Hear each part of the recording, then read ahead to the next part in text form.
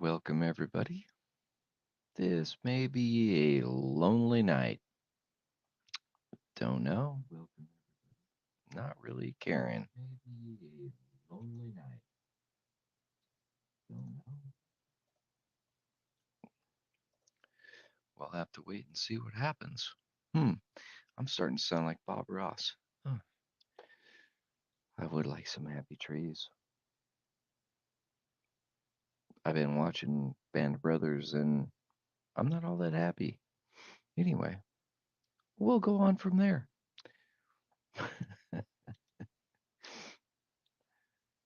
By the way, fuck y'all.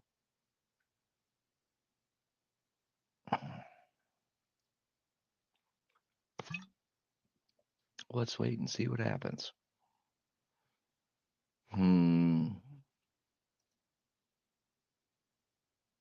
Yeah, let's get rid of that.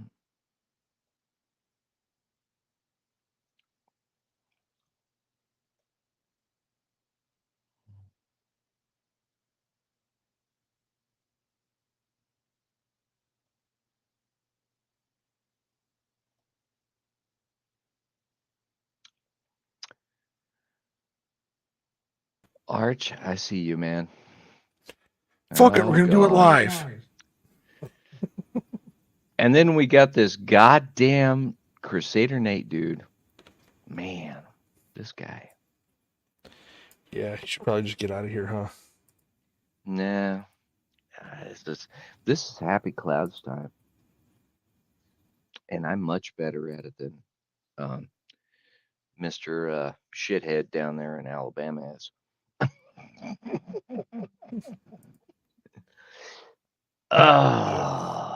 St. Louis Arch. Would you like to join us?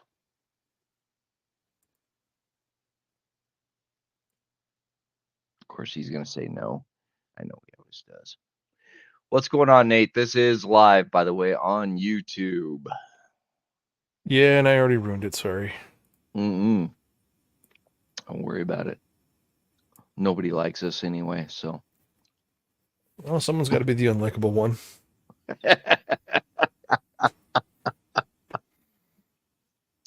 Well, That's this an could awesome be picture like in the background.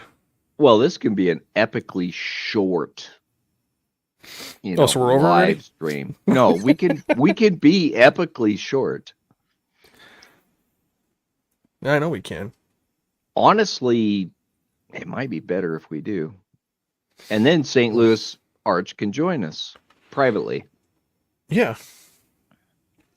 What do you think, Arch? Yeah. I'm game if he's game. Mm-hmm. He knows where the link is. Well, I might be game otherwise. Anyway, in other words, I'm going to grab a beer. You guys think about it. I have the headphones, though, so I can hear you. I know you. You usually do run your headset. Mm-hmm. I run the Bluetooth headset, and I have a pedestal microphone, so like the really, really nice one. Yeah. So. Well, I'm not planning on doing, anything broadcast worthy. Yeah. Well, I mean, I've been, Chris Mitchell, Billy, Polska, Hamster, Pop. I'm trying to remember all the live streams I've been on. Yeah. The perpetual co-host, never the host. Nothing wrong with that. Oh, look, St. Louis Arch says it doesn't have a mic. Dude, if you got a headset for your phone, that will actually work. It will. Oh, great. There goes a neighborhood. Oh, there's Brian. That's all right. Yeah. Speaking of meetings of the minds. Hello. So, Brian, how you doing? Not much. I'm doing good. I'm thinking there's a few people here that just need to have a few brothers around.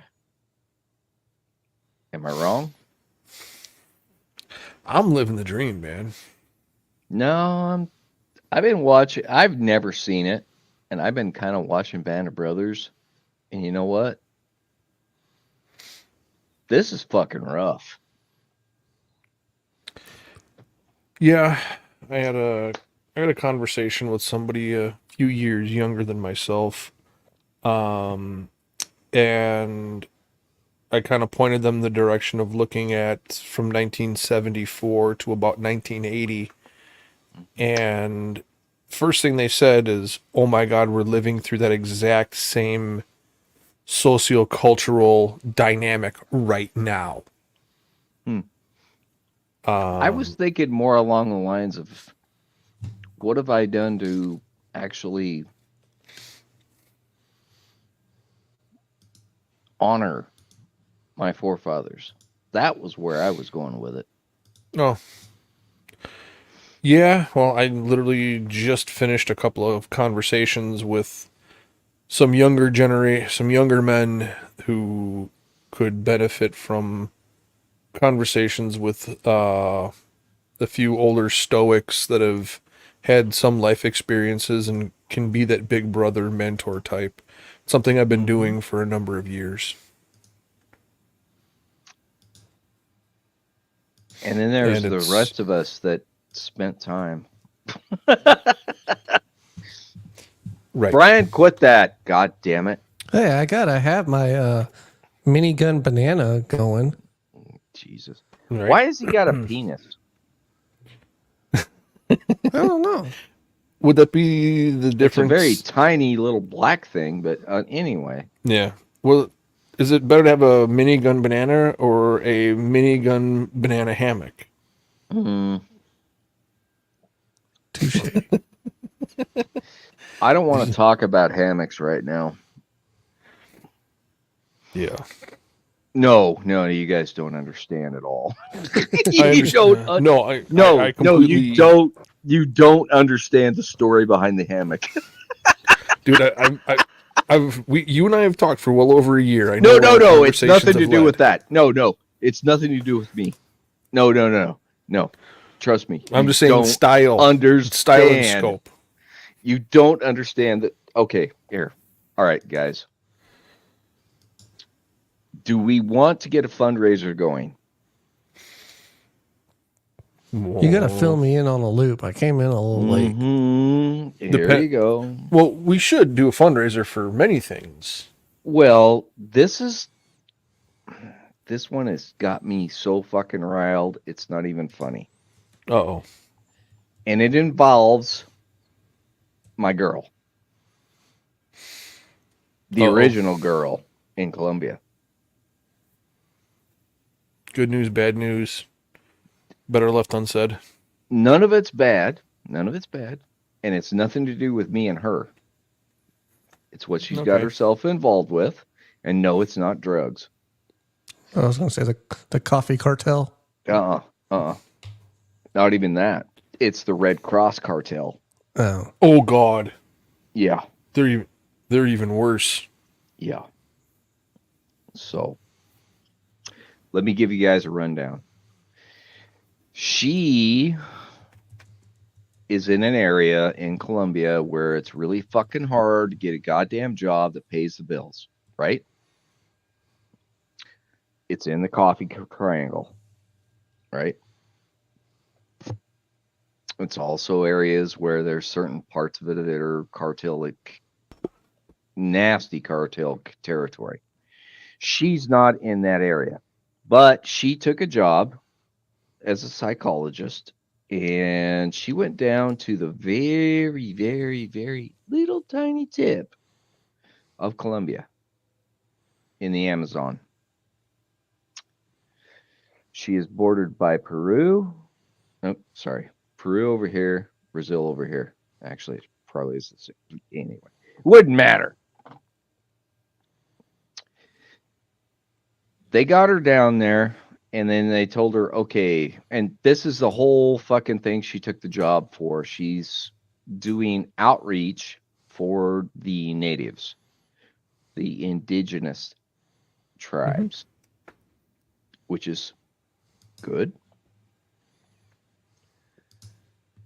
Once she got down there 2 weeks ago, they told her, you son of a bitch. They told her, okay, you're going to have to buy this, but this and this and this. Mm-hmm. She already paid for a flight to get down there. and then they're not paying her yet. And this was a government job, of course. Yeah. You know all about this, Crusader Nate.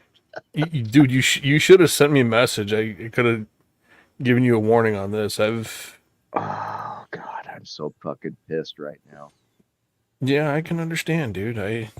I've quite literally seen how the sausage is made on these contracts and how these projects are run. You son of a bitch. Brian, knock that off. Knock what off? Uh-huh. Not your shirt. Yeah, I took that off already a while ago. I know. It was nice out down here. It's probably like 80 degrees out. Okay, understood. And so it was like, I'm going to sit outside without a shirt on and smoke my pipe. That's what I did. All right. Looks like you had a little bit of sunburn. Yeah, I And got a little penis sun to today. you too, motherfucker. Amen to that. So anyway, We know all the ones with the biggest ones have paid the ultimate sacrifice.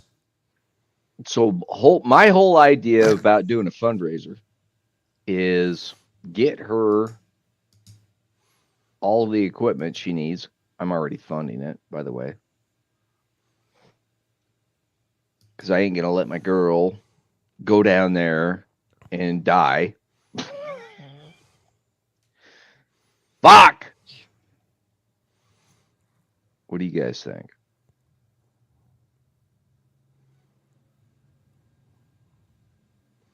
Well, I try to think you think, should- but nothing happens. I think you should kick 2 sunflowers like a squirrel. Oh, trust me, there's going to be some sunflowers kicked. Um, I'm not going to do the fundraiser, guys. I'm more than well off enough. I can yeah. take care of her for her tent and her hammock and her survival supplies. She's going to have to come up with the rest. And she's very well attuned into this now and understands where she's at. And she's not helpless. Fuck. The woman is 38 years old. If she can't help herself, she's going to die. I'm sorry. Okay, well, that's good that she's not helpless, because there's a measurable percentage of the population that are Mhm. helpless. She's not helpless. So that's this good. this gal has gone through hell all her life. When I came into her life, it was like a ray of sunshine. Oh yeah. Yeah, whatever. A field full of sunflowers. She gets pissed every time I send her money. Nothing I mean, wrong with that. Send her Violent. bananas. Violently pissed. Send her bananas. And she feels guilty and completely powerless. And it really fucking irks her. And I get it. It was like if your mom or dad gave you money even though you didn't want it. It's the same fucking thing. Honestly, that's what it feels like sometimes. It's like, I'm dad. I'm not dad. I was your love interest. I am your love interest. What the fuck? You're her sugar daddy. Yeah. Well, but I'm not. She's not You can- asking. yeah. Don't have to ask. Mhm. Yeah. Well, with those contracts, 9 times out of 10, the people who do the work that go down and travel and actually go down there for the right reason tend to be the people who end up footing the bill for a lot of the stuff, doing all the work, getting none of the glory, getting none of the pay, because they do these programs, and then all the big money goes in from government organizations into a sub DBA doing the work, and then the money goes into that sub DBA, gets divvied up, sent out, split up, completely disappears, and usually about every 2 to 4 quarters, they change DBAs, they funnel the money elsewhere, they run it through different banks. I've seen how this stuff works. Oh yeah. And it's usually the working class individuals who get involved in these contracts that end up, footing the bill and holding the empty bag and don't get a chair when the music stops, so to speak. Yeah, and that's exactly how it works. I've seen this so many fucking times. You're Yeah. absolutely right, man. But I was a that's just little the way. delayed on that, but I got rejected by YouTube because I told Brian to fuck off. Oh, did you get the little delay? No, I got told, no, I can't tell you that. Oh, okay. All right. But yeah, dude, it's there's a lot of problems like this that occur all over the world, and we all deal with it. Oh, sorry, we all deal with it differently. It takes all of us different times and different places to see these things. I mean, there have been a number of people within our community that I've dedicated countless hours towards helping. Mm. And my time, my effort, my energy is better spent within our private community than throwing money and or time to a nameless, faceless 501c3 NGO that's out fleecing populations for millions of dollars. Amen, brother. Amen. And that's why I put my money where my mouth is, and I stand up and I do the right thing for the little guys, for the guys in the communities that I know that I can help an individual. I had 3 conversations tonight with younger guys, helping them figure out how not to get involved in stuff like this and in these situations. Oh my God, do we bring Jamo in? Bring him in. Might as well. I'm not going to be here long. I got to work early in the morning again. Well, so do I. It's true. I got to cut this off early. Jamo! Jammo, jammo, jammo, jammo. Yo. So no shenanigans. This is live. Quit being a dick. All I said was yo. Damn. I'm just giving you the heads up, man. I don't know what Nate said about me, but only like 90% of it's true. Nate didn't say shit about you. Oh. Anyway, dude, what's up? Oh, not much. What's the topic? Not really a topic. I was just watching Band of Brothers on AMC and really getting pissed off with the commercials. Oh, I thought you were getting pissed off at the invisible golden elevator that never existed, or the golden temple that never existed. Oh no, none of that. Actually, honestly, I'm really pissed off at the commercials because they were really cutting this up and doing stupid shit to it. I'm gonna have to watch it uncut. I'll have to pay for it. In other words, earlier I was watching a documentary on World War II, and I got interrupted by a commercial of Joe fucking Biden, the guy who's in charge. Did you guys see that? The geriatric. Yeah. Did you see the speech he gave? Nope. I shut it off halfway through. He shit on a lot of people who risk their lives. Exactly. For us. Well, he's a draft dodger. He always was. Yeah. But yeah, I mean, you know what's actually crazy? I can't remember the name of it. I was looking up inventions of the early 20th century, right? Did you know that a woman actually designed the idea of having wireless internet? And she did that shit in the 70s? Yeah. Well, that girl. Well, actually, yeah, Hedy Lamarr. Actually, it wasn't in the 70s. The rolling code. It was in the mid to late 30s, early 40s. Yeah, it was actually used with the rolling code system. Yeah, Hedy Lamarr. She was also she was actually dubbed one of the most beautiful women ever born. But she was pretty. so what exactly is the rolling code? Is that just data transferred from wire to wire, No, or am I Um, misconfusing the whole thing? you're kind of confusing it, but it's a rather complex concept. Much like your garage door openers, your electronic keys like that, where you push the button, it'll, let's say, send a signal at 1 o'clock. Then Right. it knows automatically the door opener and the overhead door opener and the remote knows to automatically switch from, let's say, 1000 megahertz when you push it once, 2000 megahertz when you push it the second time.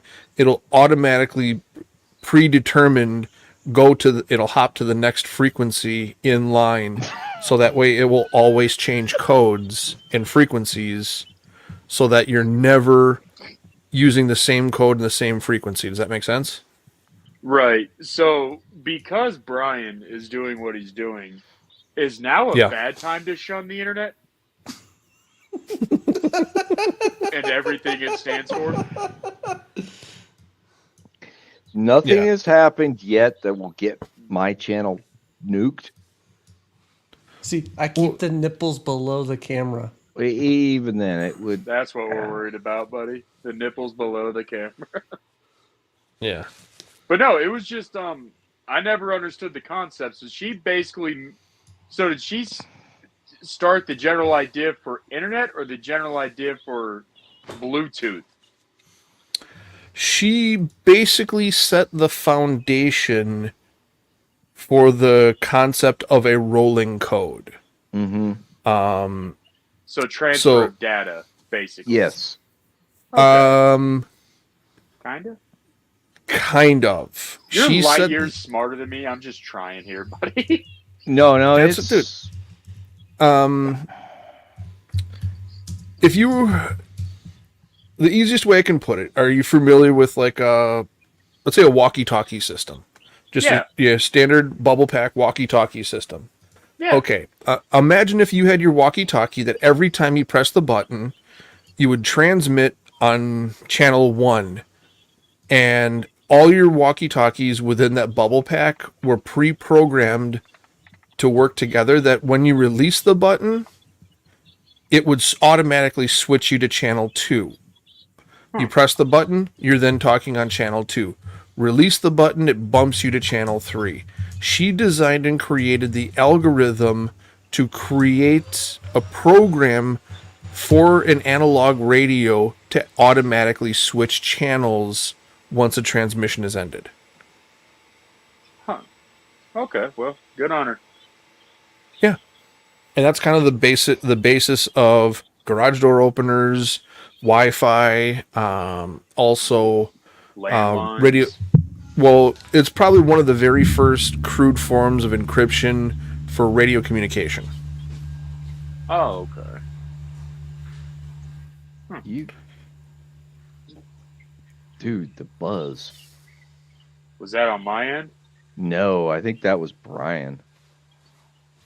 Oh, Cliff's not there to manage him, so it's all haywire. Yeah. Well, he's So doing that's- weird shit too. So Yeah, that's what Hedy Lamarr was involved in, and that using that rolling code and rolling frequency system, they were actually able to encrypt some transmissions. It was also used in some of the very early guidance systems, and it's also used in wireless internet. Let's see what else. Cell phones, technically, they still use the same system. Cell phones now use. I think they're still in the. I think cell phones are now in the gigahertz frequency range. right.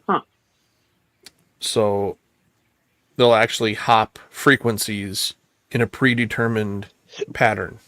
Well, isn't to this day, and I could be wrong here because I'm not a master of this. Isn't radio frequency still the strongest signal you can bounce off of?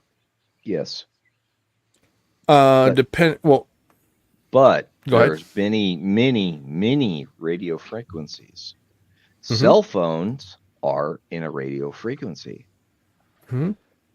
So when you guys hear talk about 22.4 gigahertz or 5 gigahertz and 5G, all that bullshit, those are all bandwidths within radio frequency transmission.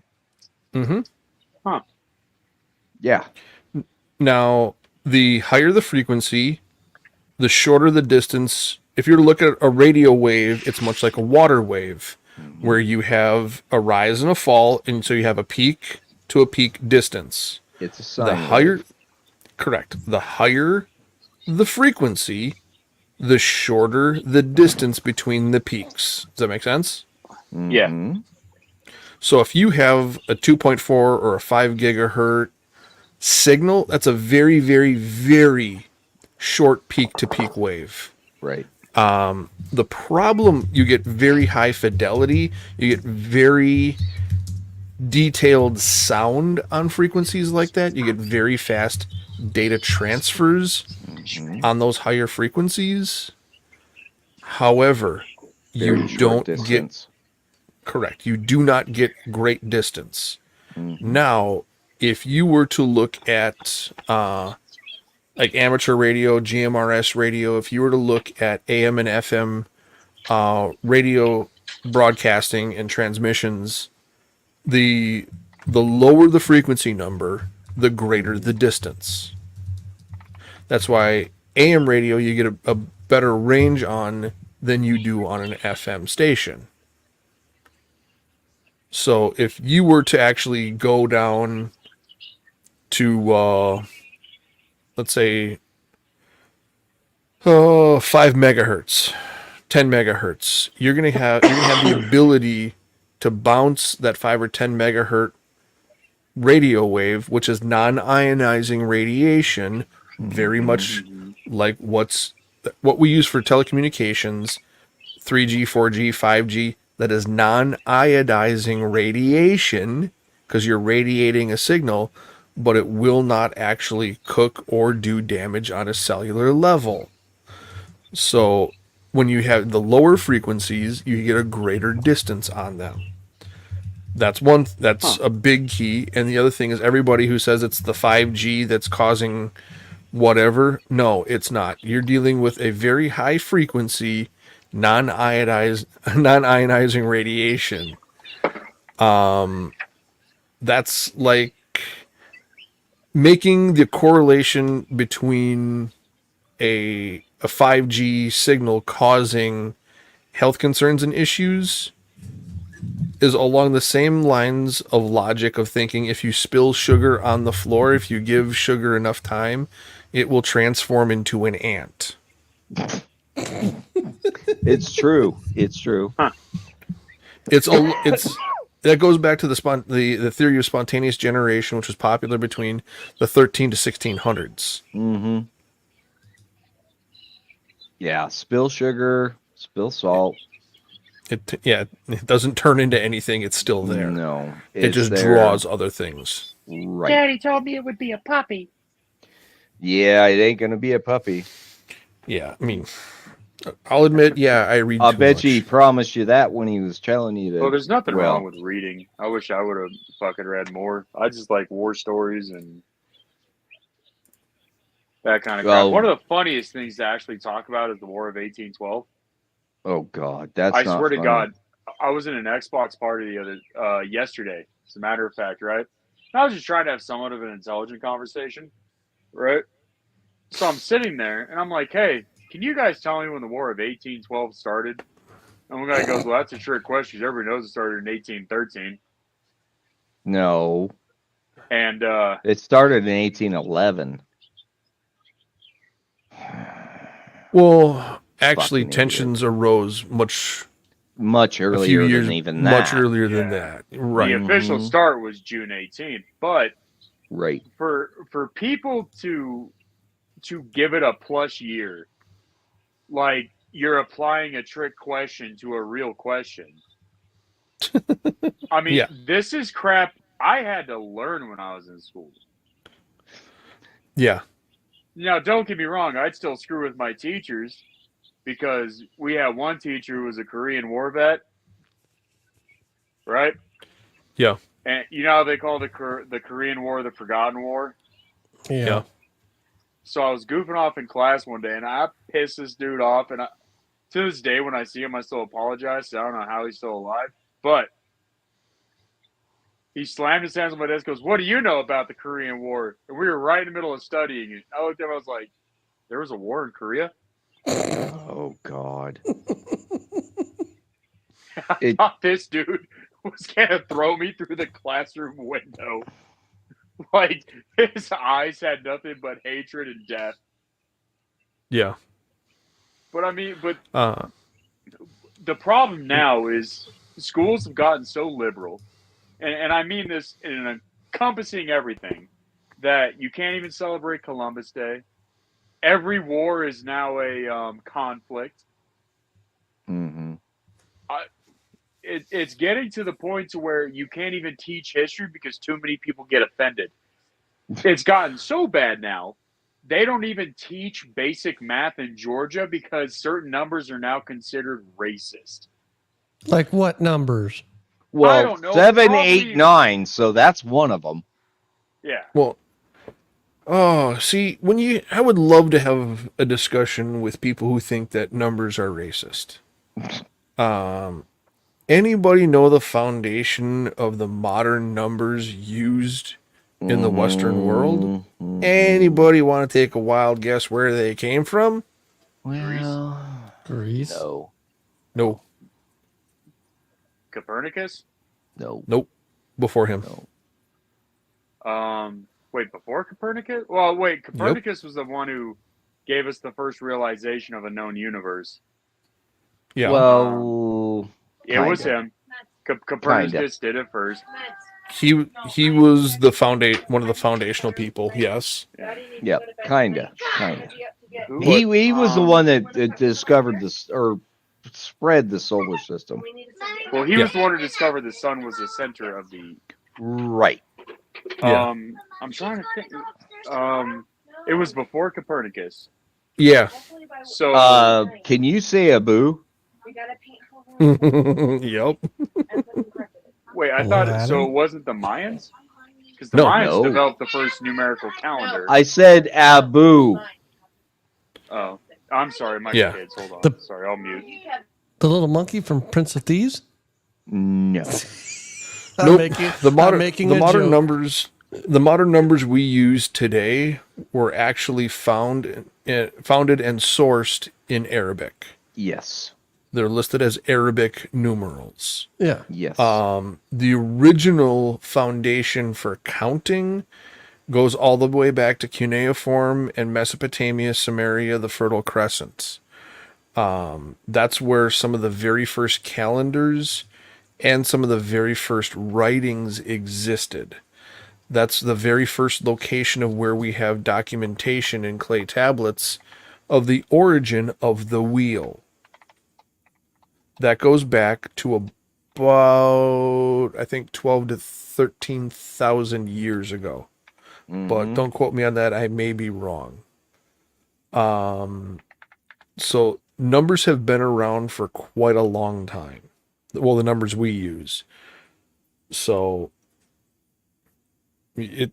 how can something that's been around that long be racist? And my question is, would it be racist or would it have an in-group preference? Well, I think John Kerry started numbers. That was loud. I apologize. It's all good, JMO. Hey, we know you're a all family good, man. man. Yeah. Yeah. It's all good, dude. But yeah, in order to be racist, you would have to be able to distill and distinguish down what is a race of what, and how can you prove a bias for or against said race. See, my thing is with skin color with race, it is we are totally using the word incorrectly when it comes to that. Correct. Because it's the human race, not black, Correct. white. Now, what is being dubbed as racism can be seen in evolutionary biology as a primal survival drive, would be an innate in-group preference, which would establish and allow the flourishing of said human genetic lines. So if you see somebody who looks like you, you are in their group. People are pack animals. As much as you want to deny it, people are pack animals. You see someone who looks like you, you're going to trust them. If they don't look like you, you're not going to trust them. Yep. That's the foundation of it. Any other That's- questions? Yeah, no, that's truly what it is. How are babies made? It's literally, guys, it's xenophobia. Xenophobia is the fear of something alien to you, which could be a skin color. It could be Technically. fucking antennas Or coming horns. out their head or horns. Yeah. The whole bullshit with D&D, Dungeons and Dragons right now, where they're saying orcs need rights and all this other bullshit. And then they went after, actually, Advanced Dungeons and Dragons is totally hosed now, because how do you deal with a tiefling?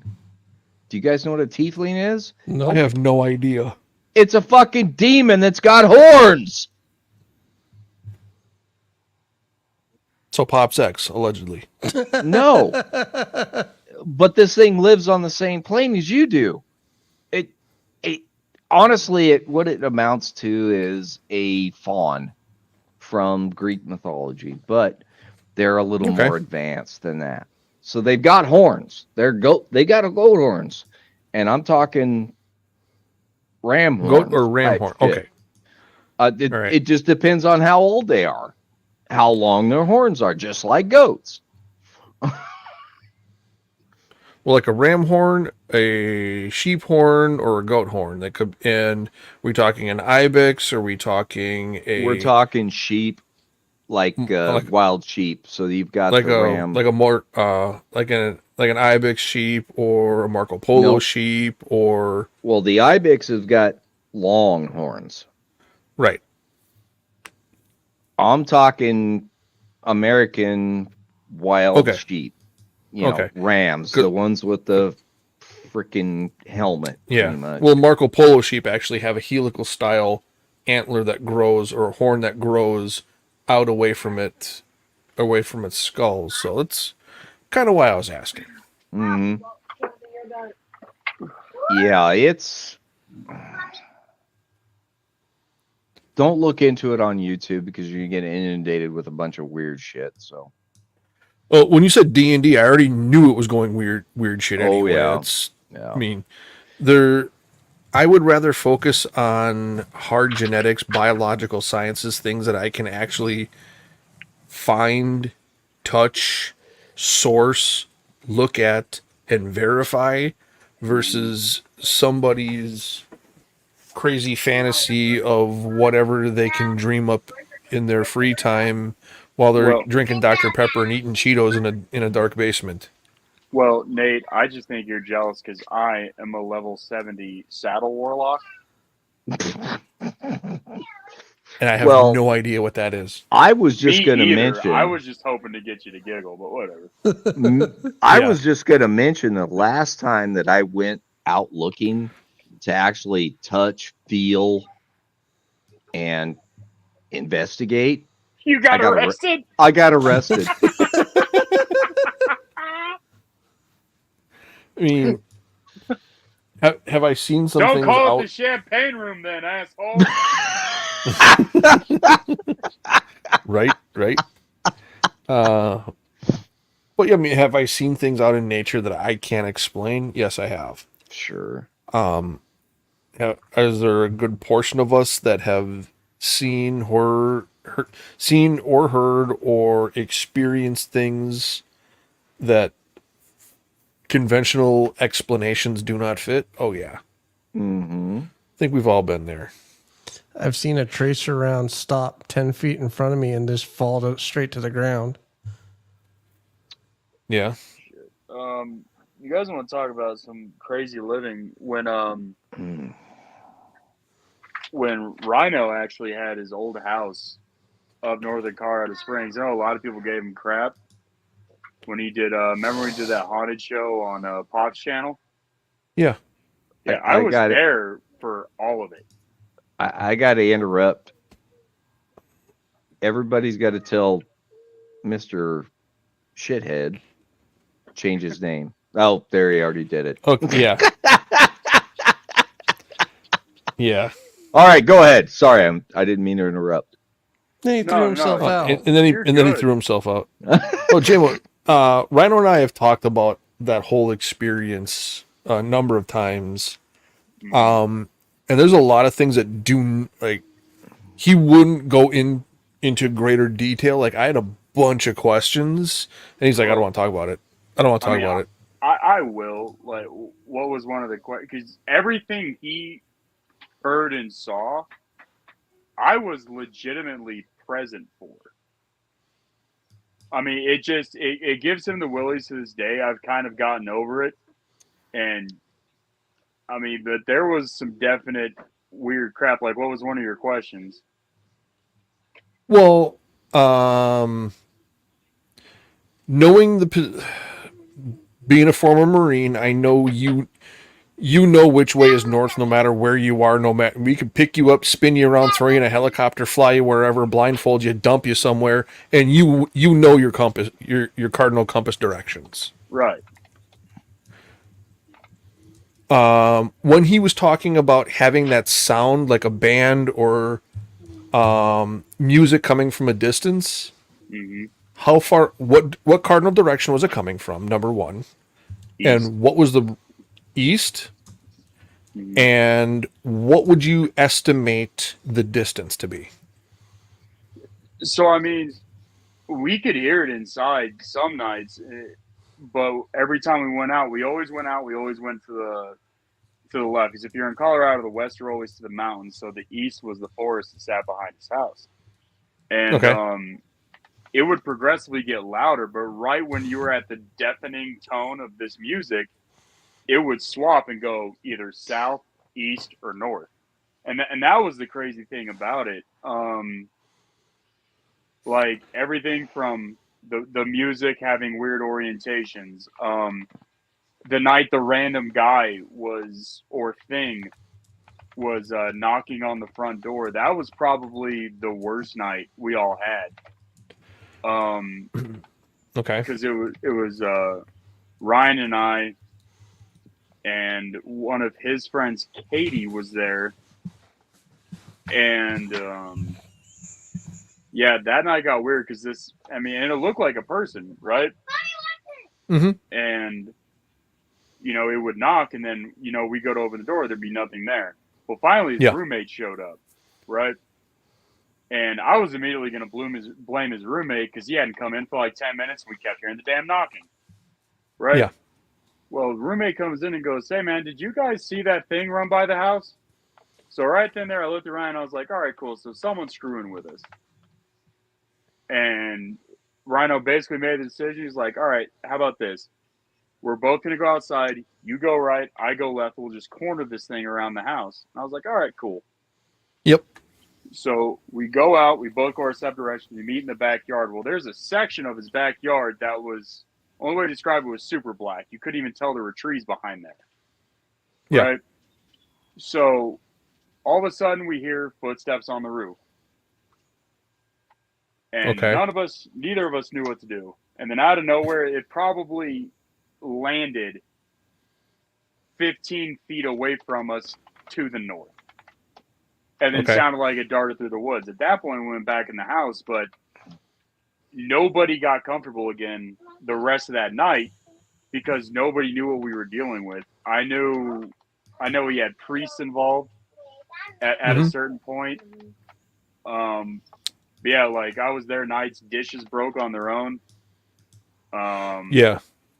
I was there the night the bathroom caught on fire when nobody used it all day. Yeah. Um, Everything from there to his dog barking and growling at the guest room door.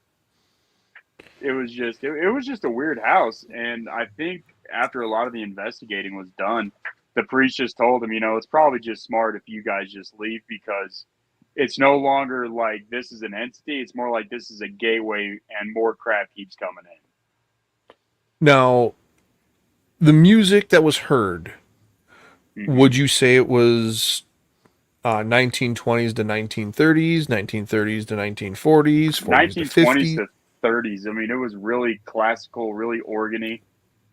Classic big band. Yes, Uh, like symphony type style music. yeah, but the 1920s style big band where you have 20, 30 some pieces, horns, you have a bunch of strings, you have almost a small orchestra playing upbeat, faster paced type of music, right? Yeah, but every Okay. time we encountered it or got closer to it, it would not only change tune, but it depended on where it sat, and I think that's what made Rhino more nervous about it because when you first heard it, it was like a big band orchestra, like this is the type of music somebody was dancing to. And Yep. then when it switches directions, it gets a little more darker and more derivative. And by the time you're done chasing it, it's like listening to a horror movie track. Okay. So Um Go ahead, the continue. tones would change with the location. Okay. It Now, wasn't always the same song on every stop we made. no, but it would switch, but what would it stick to, like the 1920s and 1930s style big Yeah, band? It would always yeah, stick to that kind of a tone. yeah. Now, I'm very familiar with anomalies like that. I've experienced a few of them in some pretty weird places where you would never hear that. Now, with bands and with music being presented like that, when you hear it in a building, it's cacophonous, it's heavy, you can feel it shake your chest, you can feel it in the air, there's a tactile sensation to music like that. But as the music gets further and further away, you can roughly guesstimate a distance on that tone, much like a Hmm. gunshot. Would you say it was half a mile away, quarter mile away, a mile away, 5 miles away? Because Under you a can hear 100 that yards. under 100 yards. Oh yeah. So basically, you'd have to see the house to kind of get this. So basically, if you leave Rhino's front door, right, you make that left. Yeah. So about 150 meters is the tree line. So it's probably a little bit further than what I said. But Okay. the closer you got to the tree line, as quickly as you got there, the music was done. But then it would be all the way to the side barn, 75 meters away from the other side of the house. So, I Okay. mean, it kept kind of a frequent distance. Um, but I mean, random power outages. I'll never forget the night. Probably one of the worst nights for Rhino. That is. I'll never forget the air being sucked out of the house, and that lasted for about 30 seconds. We were just choking, and then Just a negative pressure within the property. yeah, but it was instant. Yeah. Yep. Yeah. Um, Um, I mean, whatever was in there, it obviously didn't want us there, and it in obviously the didn't care if it hurt us. Yeah, in the private chat, can you just give me a close town of that area? Because I've experienced some stuff like that in Colorado and a few other states. If you, I don't know if you can type it in the private chat. Um, Yeah, it's the most northern part. It's basically right where Colorado Springs ends, basically thereabouts, and Black Forest begins. um, I'm looking that up right now because that sounds very familiar to So if an you area. look up Woodman and Powers would probably be the two closest sections to where it was. Okay, baby. All right. But yeah, I mean everything from air being sucked out of the room to random band music to random things in the house. Rhino and I chased something in the house for 2 nights straight. That was probably one of the weirder ones we had. I remember. Oh god, I don't know if he'll remember this. I'll never forget when Rhino woke up with a hand mark on his neck, and we were the only two in the house. So I mean, it was a lot to take in for the short amount of time that we were there. You talking like kind of over by where 24 comes into Peyton, and then you come down into Colorado Springs? No. 24 is basically Platte is 24. This is quite a few miles up north of even that. Okay. So it's basically if you're on Powers, right? You get off at that Woodman exit. You have that hospital to the right. You make that left turn and you go back in that back area. God, like there's a what do you call that place where priests and people live? Priests and nuns. Monastery. Monastery. Yes, there's a monastery out there that's even a little bit further than his house, but it's not too far. But it was just it was a really weird time for us both because we didn't know how to deal with stuff like that. Obviously, we weren't ghost hunters. I know a weird amount. There was a lot of things that stuck with him that I know still mess with him to this day.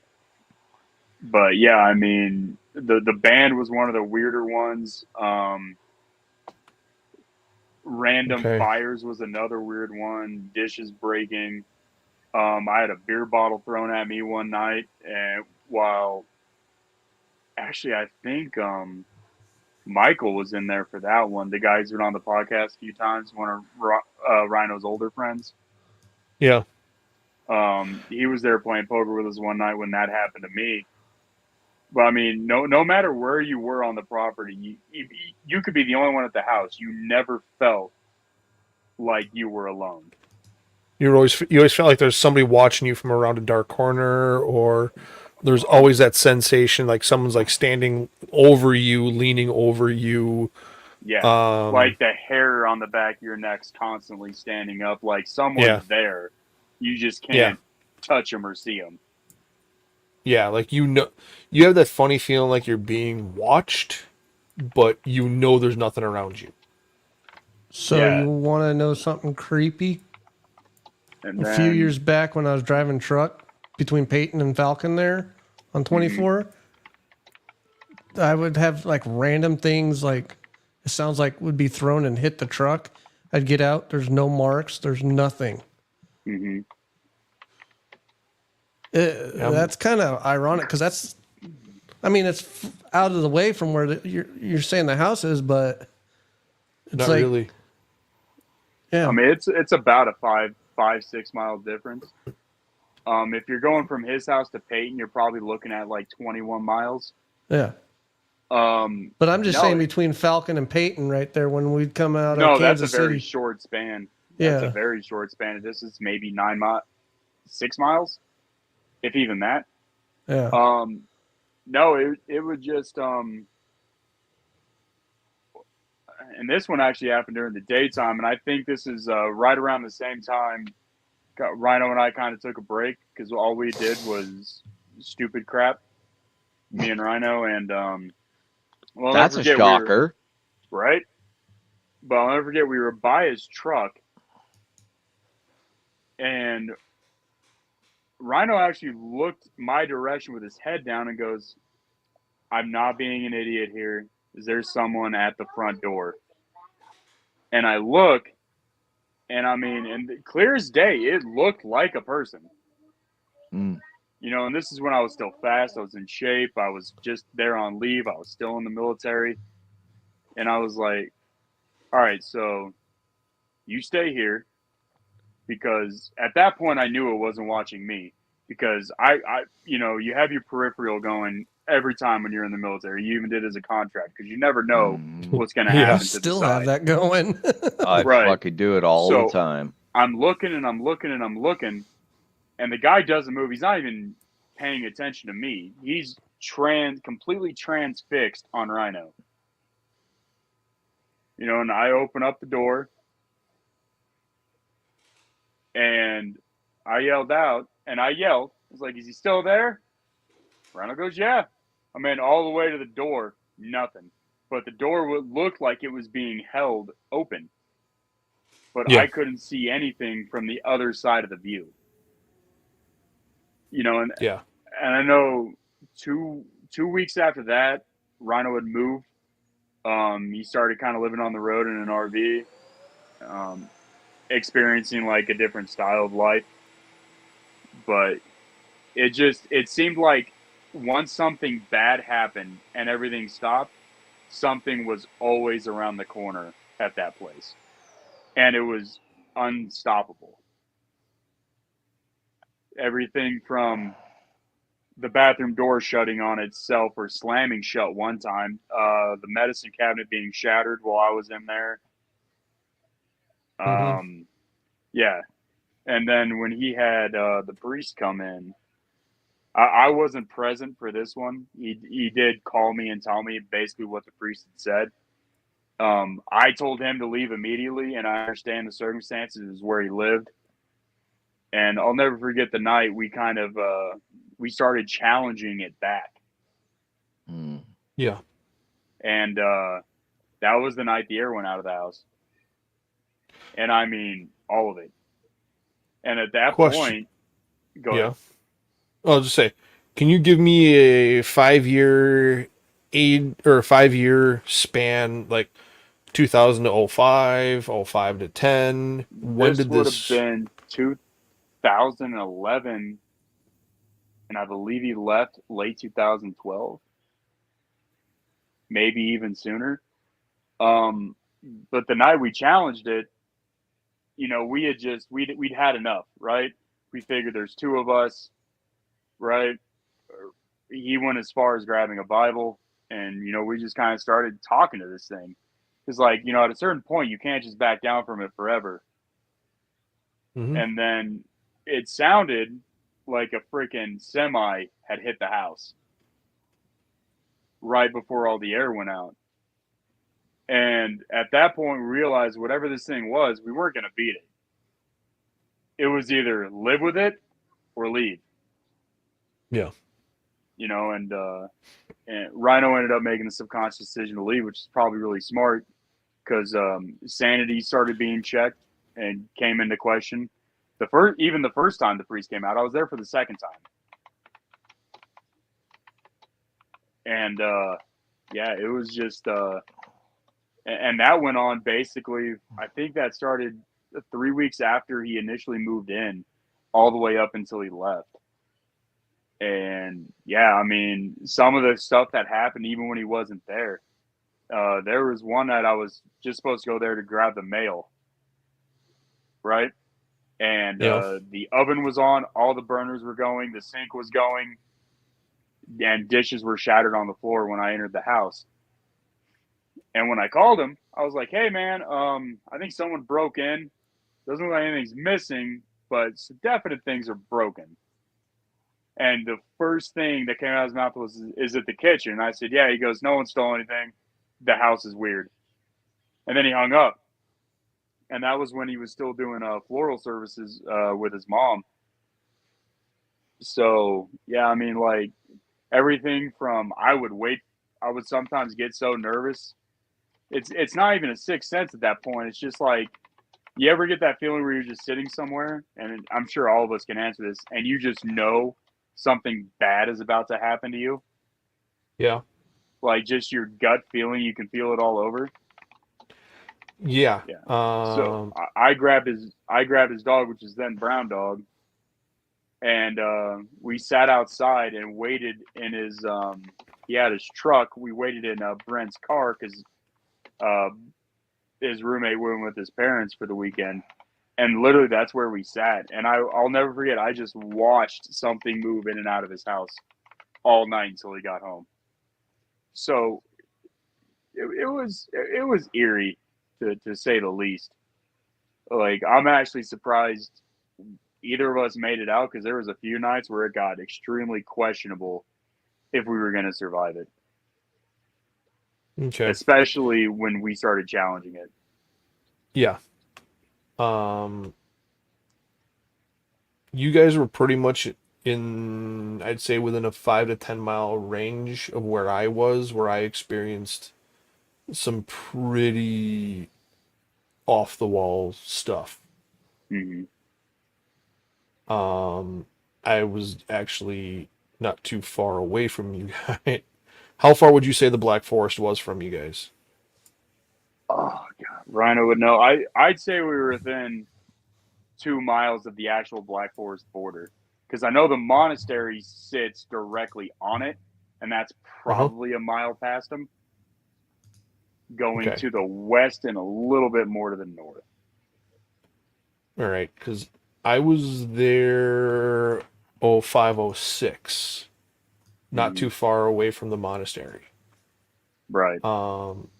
There was the company I worked for, we were called in because there were some missing Boy Scouts that were out in a hike somewhere in that area. Right. They ended up finding them, but Yeah. Well, we were in that. We were basically dropped off and told to find anything that moved, find it, follow it, track it, trace it. right. Um, and I didn't hear music, but from what I saw, dude, just sitting here thinking about it again makes my skin crawl. Oh yeah. Black Forest is it's a weird place to be. Um, like, and the sad part is after all that experience, I still think to this day the creepiest thing I've ever seen. We were in a forest in Oregon, right? And we were just walking along in the woods. We were finding a camping spot. It was pretty late at night, and we're looking at this dark, dense forest. I'll never forget. The only thing that really caught my attention is there was a lit up Christmas tree randomly in these woods with no power cords, and it was fully lit up. So, so that was a pretty crazy one. But yeah, that house had a lot of goosebumps to it, and I'll drive Yeah. by it whenever I'm in the neighborhood. And the weirdest thing is, like, even driving by, I'll still get that weird vibe when I look in it, like Yeah. nothing's changed. Yeah. I You know know, a few places like that. yeah. And then the night, um, Rhino and I went into Black Forest. It was kind of like a friend thing that he would do, right? Like a test your own kind of thing. Yeah. And I just remember how densely quiet it got, even in the Oh car yeah. ride. And because if you've never been to Black Forest, it's not horribly dense, but sound does not travel far. Nope. If you're talking and you're more than 4 feet away, you're generally not going to hear that person. Yeah. And It's like being in a soundproof room. yeah, that's probably the best way to put it.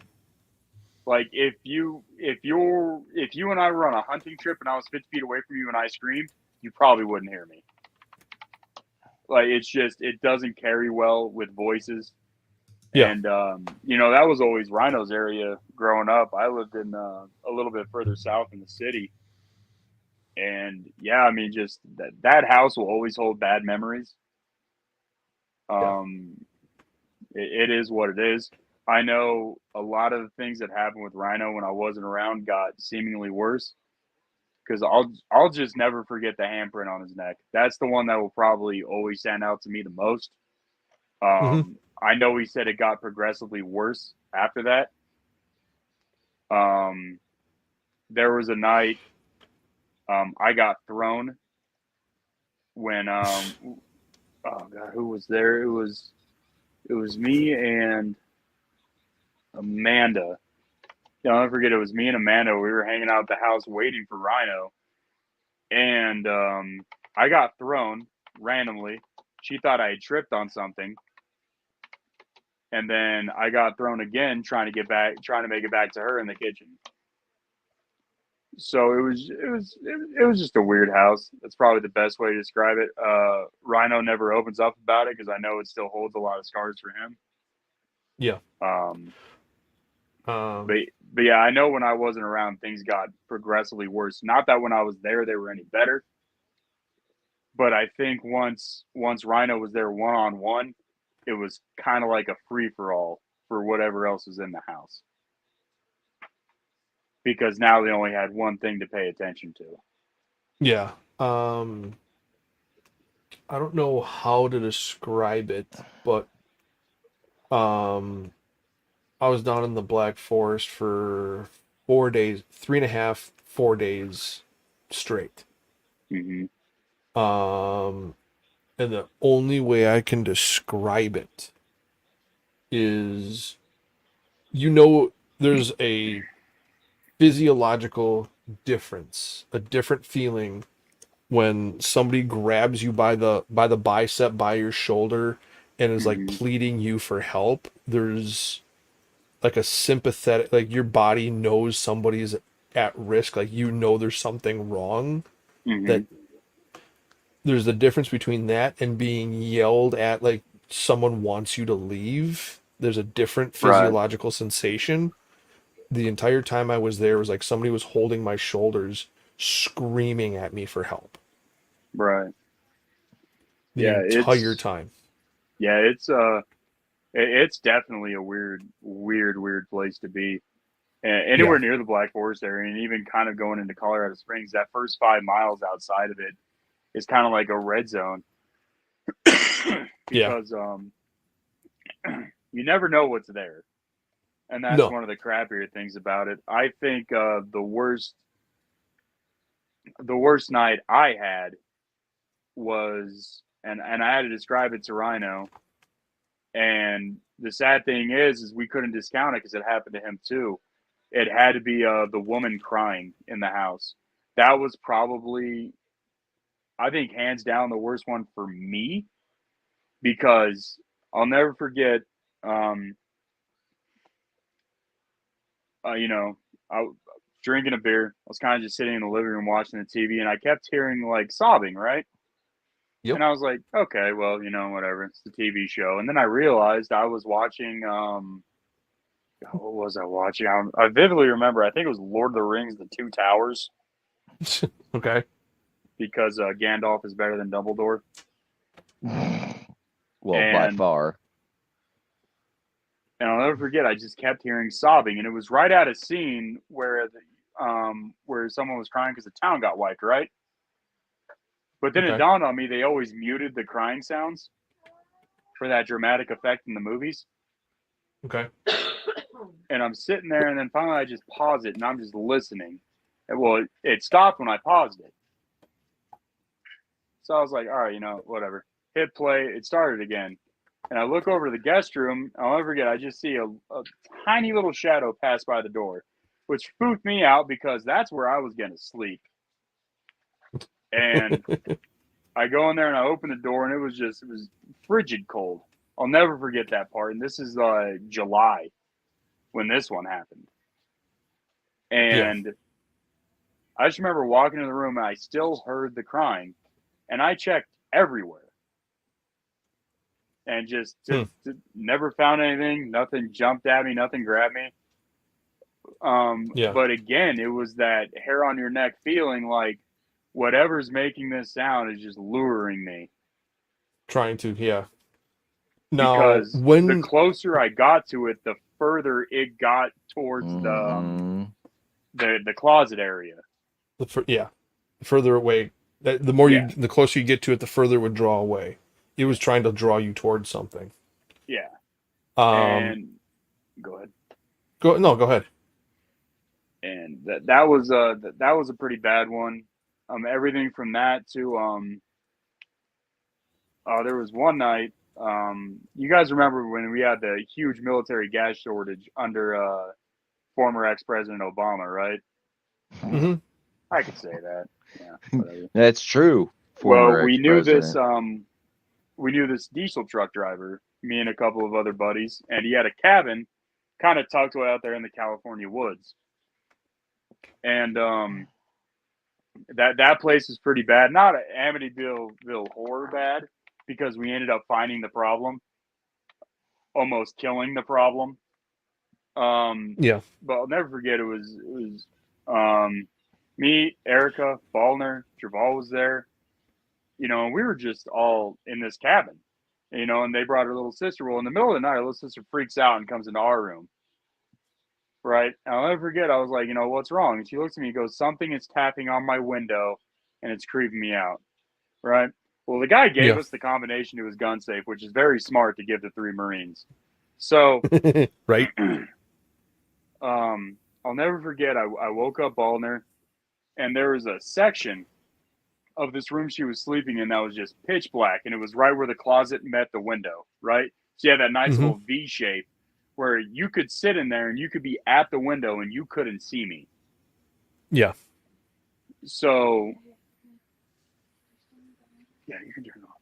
So, you know, I'm sitting in this chair because at this point I'm awake. Everybody in the house is basically ready. Yeah. And, you know, we heard a tap. So, you know, Ballner was about 6'2", 250. So he goes outside and starts circling the house. And I know this thing hurt him because you could hear it run off the porch, hmm right? He comes back inside. He goes, dude, like, there's nothing there. And I was like, you didn't hear anything jump off? He goes, no, I heard that. But I'm pretty sure I scared whoever it is. And I was like, well, we'll see. So about 30 minutes goes by, and the bedroom window opens in her room. Right? And I just see this little white leg come in. So I shot it with an 8 gauge. Right? Guy ends up living. He ends up surviving. But it was, I ended up shooting the leg of a guy who only 6 months prior to being released to his dad was in a mental institution because he was a sexual predator. Mm-hmm. Yeah. But I mean, that was probably the only physiological thing that I think I've ever had happen to me that I thought was paranormal. The whole thing with Rhino's old house was nothing was normal. You couldn't even rationalize, like, you couldn't even put a scientific method to what was going on because it was what it was. And you couldn't find an excuse for it. Like the night the dishes broke, I literally verbatim remember looking at Rhino and going, oh, maybe we put them up too high. And he looked at me and goes, they were in the sink. And I was like, all right, well, that raises 2 other questions. And he's like, what questions? I was like, we get out of here. And the other question is now. Right. When are we leaving and how fast? Right. But I know it got particularly, Jazzy, turn that down, baby. I know it got particularly more and more rough on him. The longer he stayed there. And I don't think it got any better for him. And I highly doubt they took care of the problem. Yeah. You know, I just think forever that will just be a hell house because I still think to this day it's vacant. I know they dressed it up a bit and painted it, but I'm pretty sure to this day there are no tenants in that house. What can I ask? Can you ballpark around what era do you think that house was built? 1880s, 1910s, 1920s? Probably closer to that would be something to ask Rhino. I'm pretty sure it's closer to the 50s or 60s. I know it did have a murder occur in there. Okay. When he ended up doing some more research on it, or something tragic happened in that house. But the story didn't fit what we were experiencing. Yeah. That tells me there's something older in that area. Right. Yeah. So I think whatever was in the house before the family got there is what got to the family, and we were just next in line. Mm-hmm. Yeah. Because I remember the last tenants left and packed immediately under suspicious circumstances before Rhino and his roommate moved in, and that right there should have been a red flag when you're leaving just to leave. Because Yeah. I mean, it was in a quiet part of town, basically no crime rate because nothing was around you. Yeah. But obviously something was around them 24/7. Yeah. When I was down there, probably 04, 05 time frame, maybe 06. They put us up in, it was an old hotel, like 1880s, 1890s style saloon hotel kind of place. Right. Whoever owned it, it was still set up, still had, semi modernized, I guess you could say, 1930s, 1940s. But still nothing fancy. Mm-hmm. And we had 13 contractors, full gear, staying in this place. Mm-hmm. And repeatedly, we heard footsteps coming through. Oh yeah. It's And- Go ahead. Sorry. And Jim, you put a dozen contractors full geared in a place like that, and you start walking around and sounded like someone was slid a glass on a table. Mm-hmm. Sounded like someone was walking up the steps. Sounded like somebody was using a cane, like tapping a cane on the steps. Like we heard all these noises when we were done. We stayed there for 3 days after we were out doing that search because they wanted us all to fill out reports. So we were staying there, and dude, it got to the point where there was one room that had 2 windows in it, and it was a corner room, and everybody just fanned out from the furthest corner away from the door in that room. And we pushed all the furniture to one side, and we literally put our backs to the exterior wall, and all 12 contractors, that's where we slept, was sitting on the floor, all facing that one fatal funnel doorway coming in that room. Right. Yeah, But, it was. dude, that place ahead. was crazy. Oh yeah. Well, there was one night, and I don't know if Rhino's ever gonna watch this. If he does, he won't remember it. I'll remember it clear as day. So basically the way the house is laid out, right? You have the kitchen, you have the small dining room, then you have that big living room, right? And then it Yeah. went into a sectioned hallway, where at the end of the hallway was the bathroom. The bedroom to the right of that was Rhino's. Then you had the guest room, then you had his roommate's room, right? Yeah. And out of nowhere one night, and I'll never forget this because I thought he was screwing with me for about the first 30 seconds this happened. We were just sitting there drinking. Out of nowhere, he just stands up, right? No rhyme or reason, didn't say a word, just stands up, starts walking. Right? He stops all the way at the guest room. Right? So I turn on the hallway light because I figured, whatever, he's looking for something, And he just stood there like he was in a trance. I mean, Yeah. not blinking. He's breathing just fine. But I'll never forget nudging him. It was like trying to push over a 500-pound TV. Yeah. Like firmly planted, wasn't moving, and it's like he was just listening for what to do next. Yeah. Just complete frozen, locked up. Yeah. I ended up pushing him, and he ended up coming too. But I'll never forget. Even after I pushed him, he looked at me and he goes, "Oh man, I just got to use the bathroom." And I was like, "You've been standing here for 3 minutes." Yeah. And he looked at me and goes, "Oh well, that was weird." And then goes to the bathroom and then comes back, and we kept drinking. But it was the ability to get comfortable in that house was impossible. Anywhere from random lights exploding, that happened quite a few times. Once when I was there, I'm sure it happened a few times when I wasn't. To TV going off and on, TV changing its own channels. Oh yeah, I've seen that. and you almost got the sense that whatever it was wanted to be playful, right? Yeah. But as the goofy stuff starts, the weird stuff starts. Yeah. And as soon as that starts, the horrible stuff starts. Yeah. I know I told Rhino about it a couple years back. A girl I was dating, early 2000s, she saw The Shining, loved the movie, wanted to go stay at the Stanley Hotel. The one in Oregon? Yeah. No, the one in Colorado.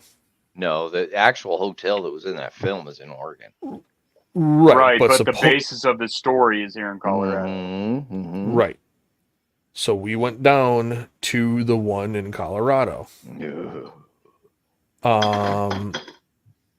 I will not set foot in that building again.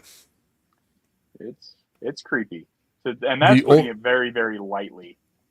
The only way I can explain walking into that building what it feels like, unless you guys have actually been in a crowded area where people are packed in like sardines, where you're literally chest to back, shoulder to shoulder, getting just mobbed and bounced, and you're like a beach ball at a Jimmy Buffett concert is the best way to describe it.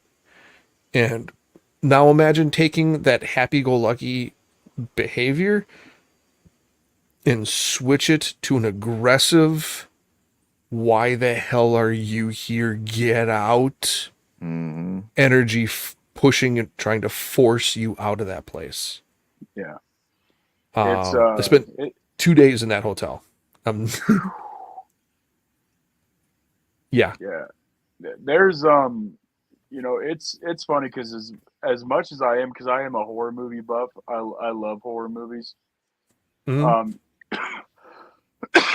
Sorry.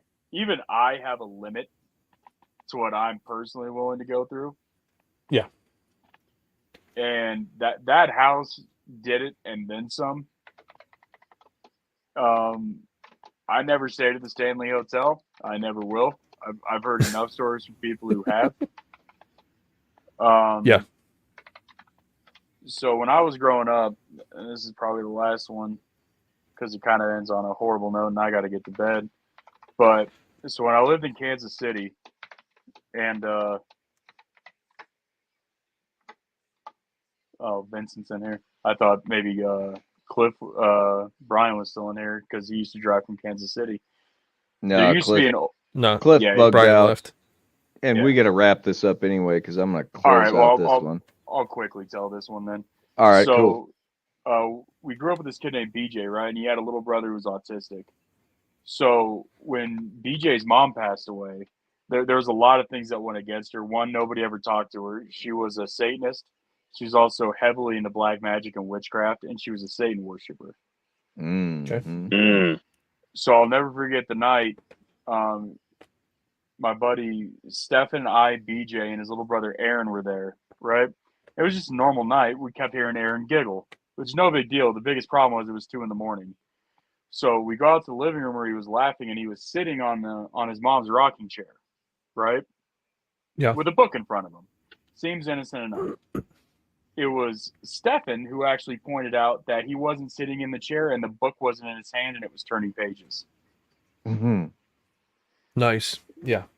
BJ freaked, grabbed his little brother, and the whole house engulfed itself in flames.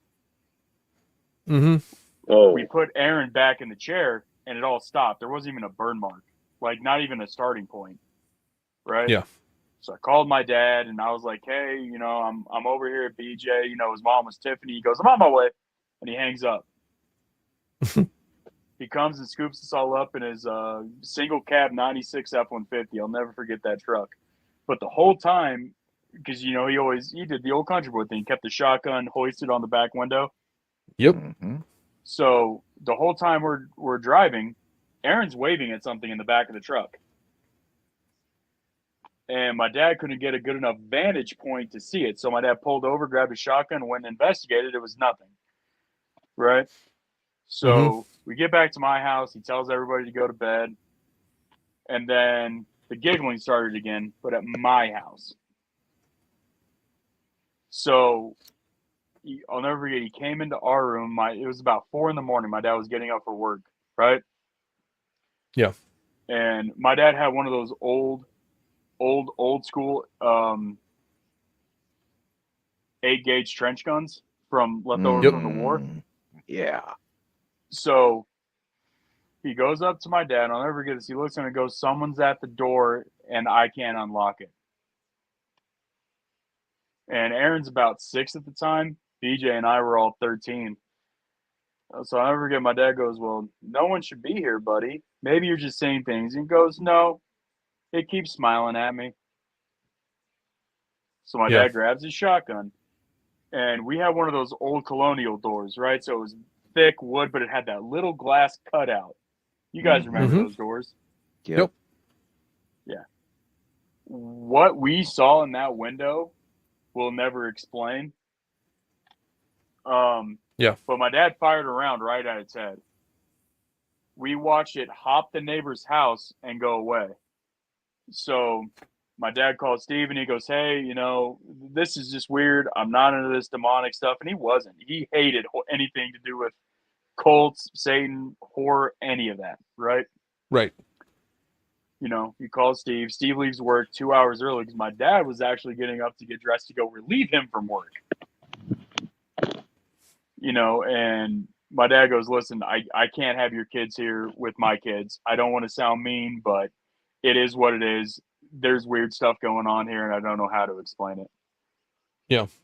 And his dad began to tell him that weird stuff's been happening around the house. Mm-hmm. To this day, this house is still vacant. It hasn't had a person living in it since 2003, when Steve and BJ officially moved out. Yep. So No surprise. he comes, he scoops up the kids, but that next night we had to watch him again because he had work, and my dad had the day shift, he had the overnight shift, right? So he goes, "All right, fine, I'll take BJ, I'll take Aaron, whatever. But if something weird happens, be ready to leave work whenever I call you." Yeah. And Steve goes, "All right, well, I doubt anything's going to happen." Well, it did. So we wake up around 3 a.m, and Aaron's crying, and I mean hysterically, in the living room, right? My dad grabs his shotgun, because what's a 6-year-old doing crying in the living room at 2 a.m? That thing, he let it into the house. And That's I not mean, good. vividly, we could see this thing. So my dad starts laying buckshot rounds right after BJ grabs Aaron. But the weird thing is my dad talked to it, right? But he didn't talk to it like it was a spirit. He talked to it like it was a person. Basic questions. "What are you doing here?" And he pointed right at Aaron. Wow. My dad raised his gun and started firing. The thing went out of the house, almost took the same route as the first night. Huh. The freaky part is we all knew that it wasn't our house or their house that was haunted. It was Aaron who was haunted. Yeah. Because his mother got taken away.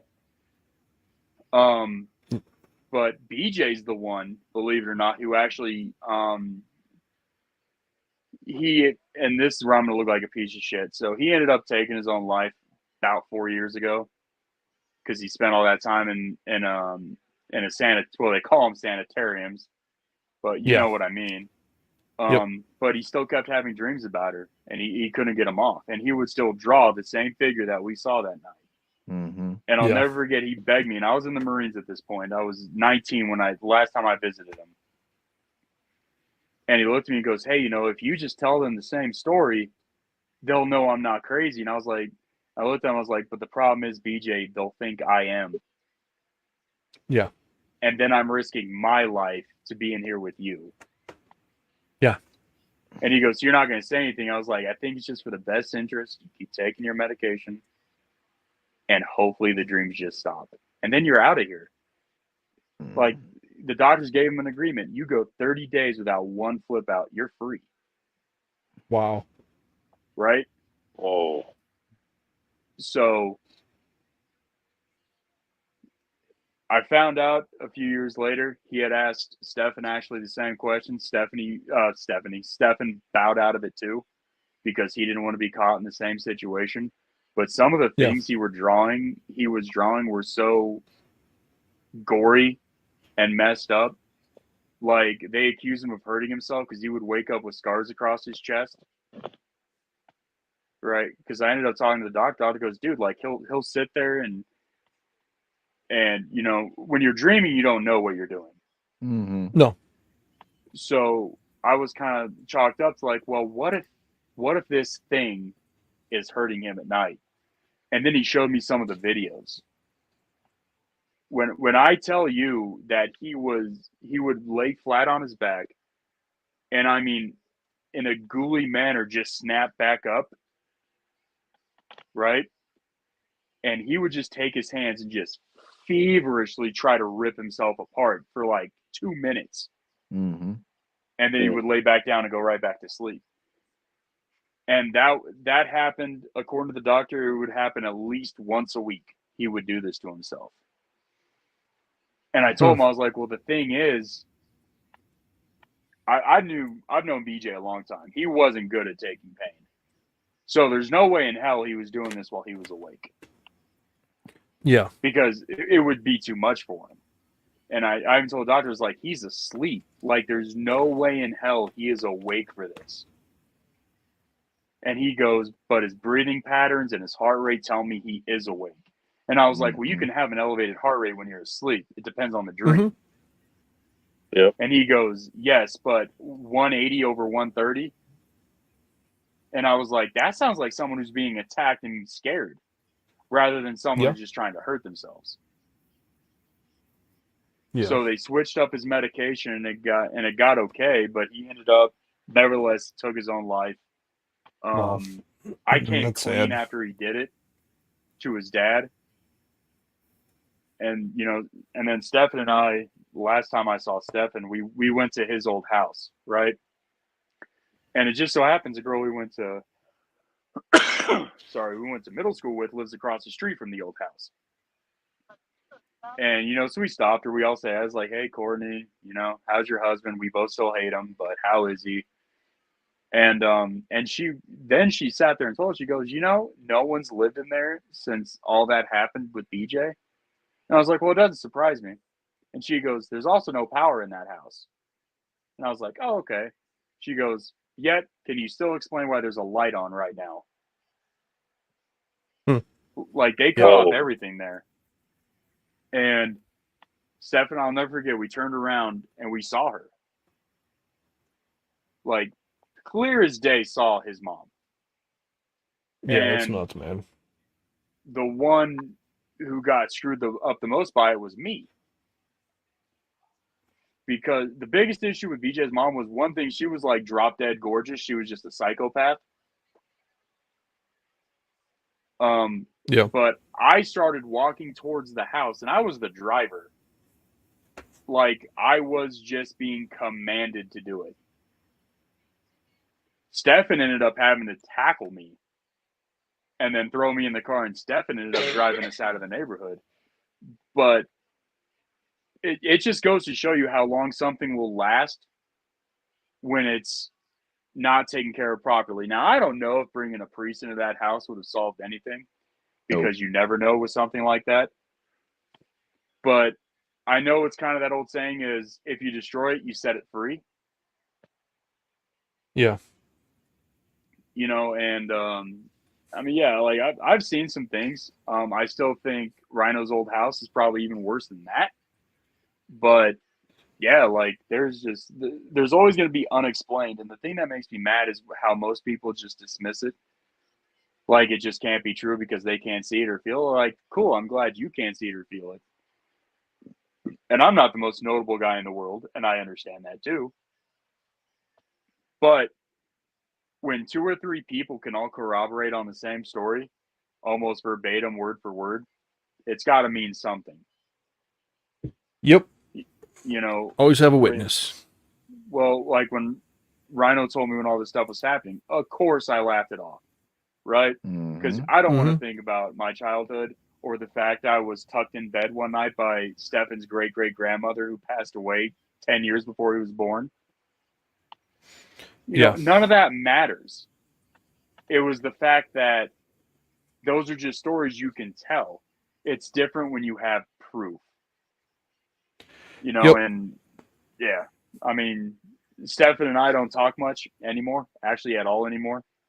He had a kid, and it is what it is. People move on, people forget. Yeah. But yeah, like just a heads up, the reason why Rhino does not talk about that house in as great a detail as I will, it's because Rhino, fuck me. Rhino got a lot more fucked up by that house than I did. Yeah. Makes sense. Yeah. Yeah, I just had a bunch of questions, and as simple as they were, he just wouldn't, and I understand that. So Yeah. I appreciate you should- taking the time to explain it. Yeah, there was just and what sucks is, when you think you're there for the worst and then you hear later on it got worse, like fuck me, it was already bad enough. And you're telling me it got cranked up another 30%? Like the hell with that. I don't know how he Yep. managed to live there. And I get the point. It's a roof. It's what he could afford. He was there with his friend. Fine and dandy. I would have fucking left. I would have been fucking homeless, especially because when I was there, it was the summer. I definitely would have left. Yep. But cool. Thanks for sharing that with us. Yeah. Tom, you want to get it wrapped up? We both got to work in the morning. Yeah, I think I need to wrap this up all together, and gonna say no after party either. Yeah, I got a question for you once we close this out. All right. Wait for me or Not for long. Tommy? Oh, you guys can hang out. We'll hang out for a bit. But yeah, let's wrap this up.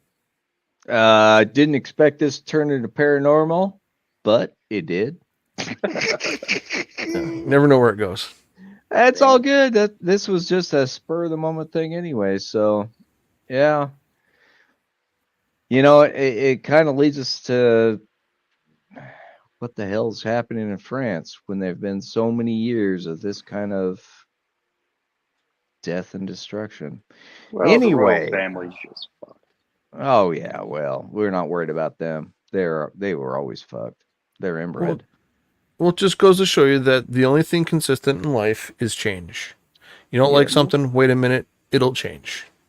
Yes. And every it day is a will. new adventure. All right, gentlemen, before you do your closing, you guys have a good night. I got to get some sleep for work, so you guys All take it right, easy. man. Take care, JMO. Take care, JMO. Later. And by the way, that was the closing. So let's just end the stream and everybody hang out, and we'll see Yeah. you on the flip side. Yep. I'm making sure we're ended.